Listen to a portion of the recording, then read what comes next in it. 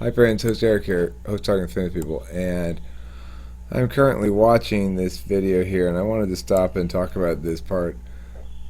It's funny, at 9:20 or so in this video called NF Moments Curiosity Type Do-Gooderisms, which is Enid Patterson's channel, and she's talking about how, well, I mean, it's really, this is the thing.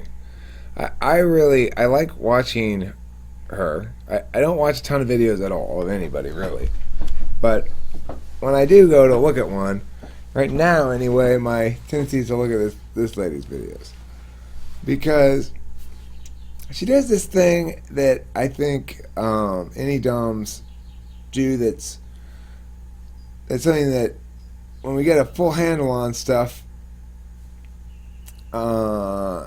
And we never really do, but that we might get there a little faster, right? And this isn't actually a critique of her at all. I'm just noting similar to things I do. And I see her changing the ways that she does videos a little bit, like being more on topic, stuff like that. But listen to this part.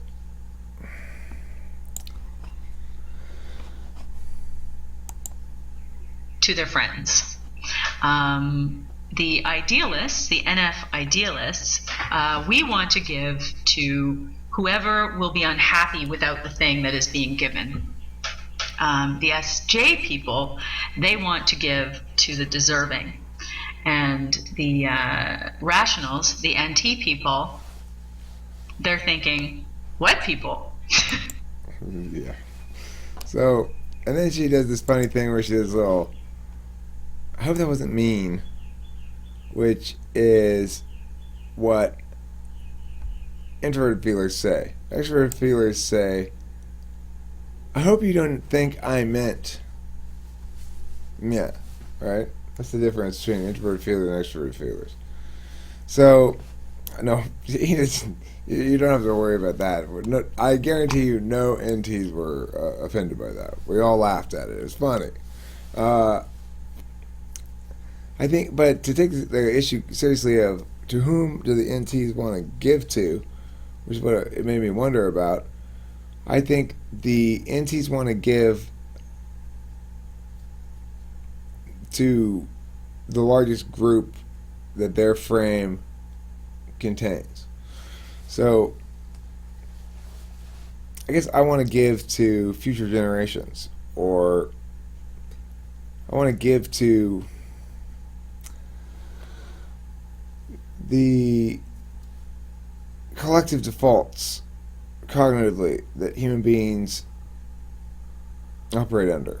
I want to change the way people think in ways that benefit everybody. I think that's who I want to give to.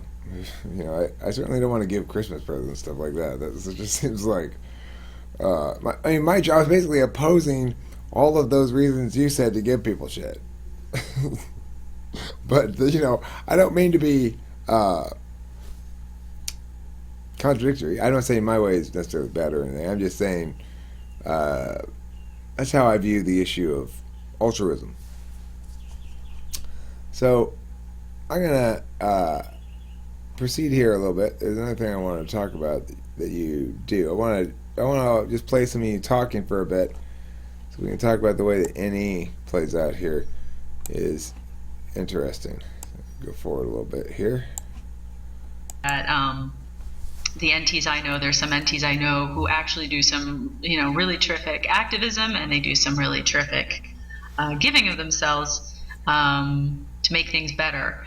And it's just that what's interesting with them is they're like the ones I know. I'm thinking of an INTJ that I knew a long time ago. I was very, very fond of, and I'm thinking about Bobby, and Bobby told me that even though he's a very, very, very much an INTJ and does not like group work and is very drained by interaction with people, even people he really, really likes. And I found that curious that he had joined his high school Amnesty International group, and in fact had been the president of the group for a while. Okay, so what I wanted to note there was this any tendency to include parentheticals. I think it's one of the ways that you can tell any is in the dominant slot. We're easy to spot. ENFP, ENTPs are easy to spot. I think more so than SE DOMs, even of all the types, probably the NE DOMs are the easiest to spot. But one thing that we do is we include a lot of parentheticals. We rephrase things in the middle of the sentence in the idea. We position it in slightly different ways, and or we explicate some sub-idea within the thing we're discussing. And then at the end of an extremely long sentence, we'll come out ideally back at the beginning of the topic, tying everything back together. So then I would conclude this little section of any demonstration of what she's demonstrating and I'm describing by saying, at the end of the day, what happens is to get from point A to point Z, we want to hit as many of the possibilities in between as possible while not losing our way entirely between the 2 points. And so that's why NEDOMs engage in this incessant habit of parentheticals between points A and B. I'm going to put a little bit more of this video on. I like this way of making a video. I don't do it very often, but I like it. I was like, really? I was like, wow. I did not, as married to their value systems. And so was Bobby's, the INTJ. It was his value system. But it was interesting, his sort of route into doing it. I asked him about the experience. He was like, oh, yeah, I hated it. I hated doing it, of course. But, I arrived at that was the rational thing to do. The rational thing to do was to support that cause. So that was what was driving him, was the inescapable kind of rational reasons for pitching in on something like that. And I heard... Alright, so an ENTP is going to have a very different approach as to why they participate in some sort of group, charity-ish, and or cause thing. For an ENTP, I think first of all, an INTP is less likely to participate in such a cause at all, but to the extent that they do, it will be something that they've had personal experience about and can refer to via SI. In other words, if an INTP is going to engage in activism like that, it's going to be because of SI, not because of TI. If an ENTP is going to engage in activism, it's going to be because of FE. So we're going to be trying to demonstrate that we're good citizens and or some other reason like that, at least early on. What I discovered, I didn't know this was the case. It's very much like I think that Jon Stewart discovered as he proceeded in his career as an entertainer and stuff. He found himself unavoidably doing material about the stuff he thought about philosophically, politically, whatever. And so he became a strong advocate for a given perspective. I would differentiate between him and me in that he didn't have a clear perspective he was advocating.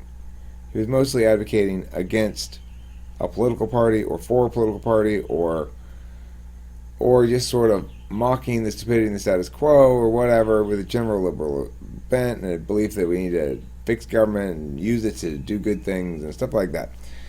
But it wasn't very well thought out, wasn't very well defined, and he wasn't ever tested really in the fires of battle, I don't think. I know he went through plenty of debates on his show. He may have even debated in high school. What I'm saying is he was positioned to have his beliefs reinforced and wanted to have them reinforced much more than would have been healthy for him. So I mention all that because I I've thought often about why it is that ENTPs often end up advocating such wrong things. And they do, because they'll advocate the reason is because they'll advocate in isolation. In other words, they don't do the meta framework stuff. They don't have a system of distinguishing between frameworks through which they are understanding their positions and reconciling those things. People, we wouldn't think that somebody would jump right to making an airplane without even having learned how to make a bicycle. You haven't even tried to design a bicycle yet. How are you going to be successfully designing an airplane and building it and all that kind of stuff? And if you're going to learn about motors, shouldn't you learn about? Even if you are going to learn about this directly, you can't figure it out as you go, can you? Well, maybe you can. I don't know. But the point of it is, well, let's change the analogy. In gymnastics, don't attempt the triple somersault twist, flying karate chop, land with a vase on top of your head move as your first gymnastics move, right? We all agree with that, and yet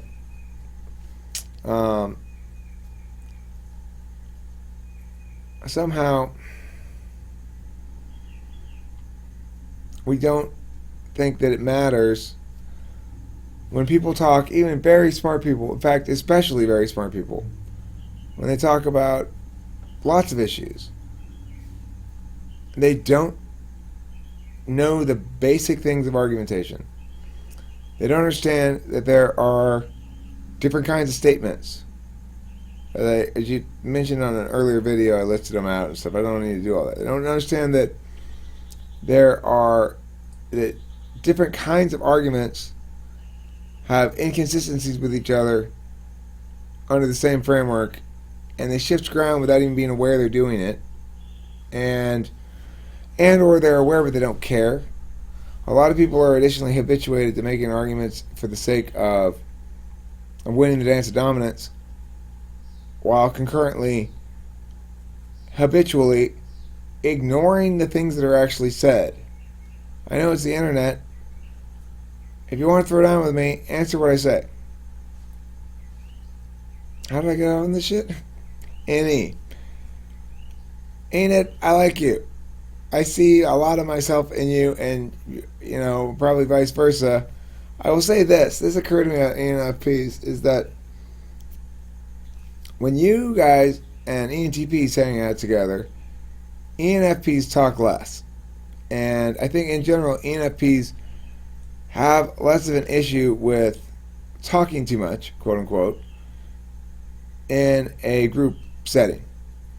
Whereas ENTPs, being somewhat more oblivious about that kind of shit in general, don't code switch as well. Something that occurred to me. Just thought I'd mention that. Alright, well, I don't remember exactly what led me into that particular subtopic there about argumentation styles. I know. She's like, well, why would you participate in something like that? Well, I participate in something like that because, for me, simply put, I think I figured out what the answer is regarding a simple, well, not hugely simple, but pretty simple system of universal morality, and sets up arguments to explain to people why the way that we think about things now and how we talk about them now is reflective of cognitive bias that is harmful to everybody, and how we need to think about things differently and stuff like that. That's what motivates me now, I guess. It's not just FE. I'll tell you that. I feel, for one thing, I don't normally like to repeat myself a whole bunch, But I don't mind sort of making the case for negative rights over and over and over again. I want to hear everybody with the strongest possible arguments against it to come make those arguments against me. And I want them to walk away more libertarian than they came into that conversation. I suspect almost everybody does, because it's surprising as I move through the world how little people understand what they think they believe actually means. And we have a lot of people in the world also who make these decisions for extroverted feelings reasons or for introverted feelings reasons. I don't like Eric. He claims to know the one true answer. That's appalling. I hate that. It's super, super awkward, and it's arrogant, and it makes me feel threatened. So I'm not going to listen to him agree with what he says. To which I say, I always try to stress, it's not my idea. I didn't make it up. It's a, a slightly personalized formulation of it, I suppose. But mostly the formulation is about how to express it in ways that help people to understand that the current way they're thinking about it is not accurate and causes individual human beings harm. So my motivation for doing that is kind of hard to explain, except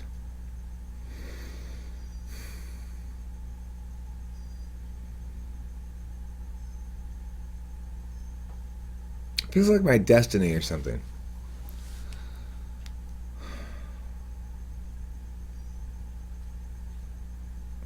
I get very emotional about the Constitution and the United States, actually. And there was a time when I wouldn't have said I was patriotic at all. And I would have poo-pooed nationalism entirely.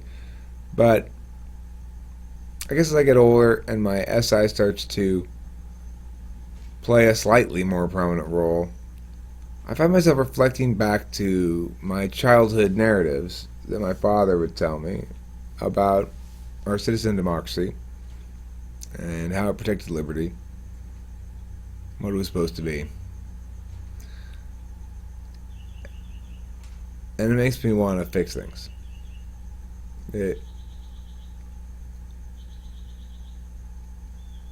We as a nation don't need to embrace lies that justify violence anymore.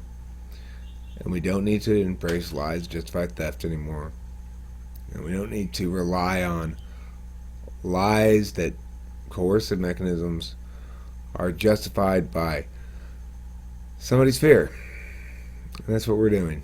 We're saying, Joe seems really afraid or really angry. And he's made a lot of words that say we should let him use coercion.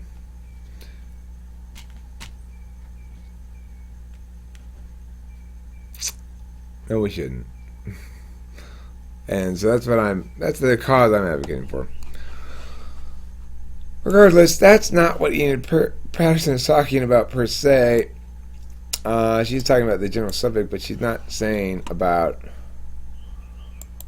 hey, Eric, tell me about your politics again. That's what I want to hear. She's not saying that, I'm guessing. She is saying, let's see what she said at the end. Let's find out. Let's let her say goodbye to us. I'll be back in a couple of days, and we'll continue on with some of the something that's related to typing, for sure. There's just so much interesting stuff to do on that. So till then, be well, everybody, and thanks for joining me. Goodbye. Word up. I agree there. Be well. Thanks for joining me. I'm going to add one last little detail here. For the love of God, please,